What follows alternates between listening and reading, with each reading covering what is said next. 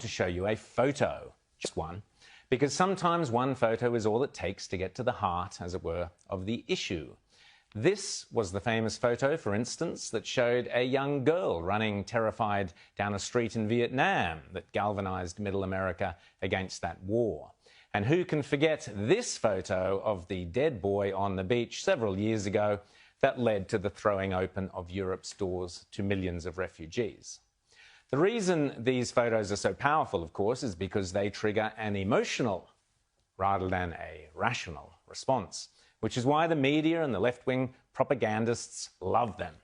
So much easier to tug at the heartstrings than to offer up fact, reason and logic.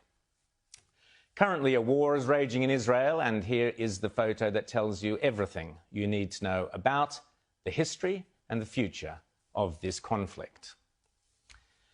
This is what is called the Iron Dome at work in the skies above Israel. On the right-hand side of the photo, you can see the deadly rockets being fired out of Gaza in an aggressive and deliberately offensive act of war, designed to kill and maim as many innocent, everyday Israeli citizens as possible. Those rockets, by the way, have been supplied by Iran, funded in part by the Obama-Biden administration, and indeed by countries such as ours via our donations to the United Nations.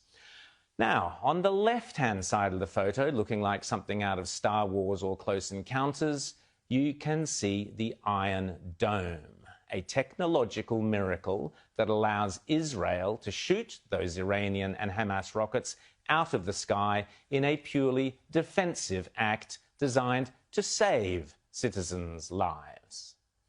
Now, allow that to tug on the logical side of your brain rather than tug at the emotional strings of your heart. On the right-hand side, a barrage of deadly missiles supplied by the terrorist Iranian regime to the murderous thugs of Hamas, designed to kill Jewish men, women and children as they sleep in their beds. On the left-hand side, a highly sophisticated and remarkable defensive system designed through ingenuity and necessity over many long years to protect lives. That is the story of the Gaza conflict and the history of Israel and Palestine. Pretty much everything else you will hear is obfuscation, distortion and lies, including this insidious rubbish that the Palestinians are the victims courtesy of the pernicious moral relativism of the left, peddled incessantly by the mainstream media and spouted by fools such as the creepy former leader of Pink Floyd, Roger Waters. Unless some pressure is brought to bear upon the Israeli government to stop their ferocious, murderous attack on Gaza. What rubbish.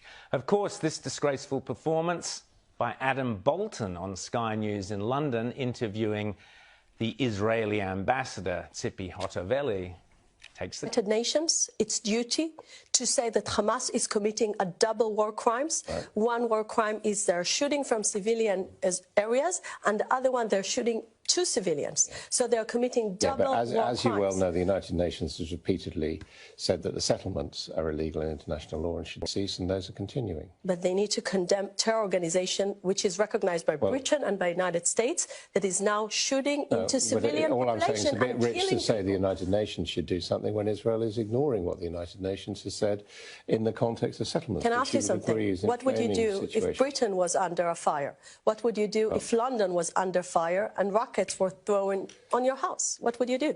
Do you think Britain would have sit in silent, not protecting its citizens? Do you expect any sovereign country not to protect its citizens? Of course you can protect citizens.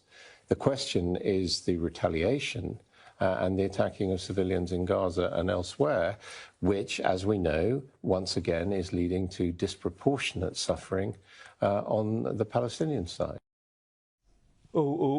Disproportionate, settlements. So just to be clear, in the eyes of the woke left, Israel should sit back silently and allow its citizens to be blown to smithereens by rockets and bombs because of complicated historical reasons.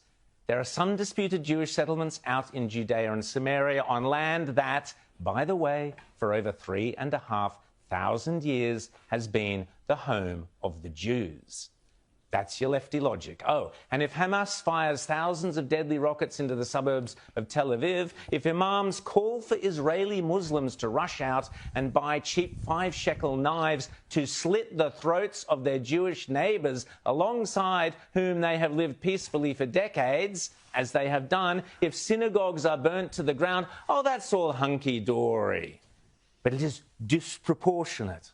What a vile word, disproportionate of Israel to defend its people. How dare the Israeli government stop Jews being killed? Well, may Adam Bolton hang his head in shame.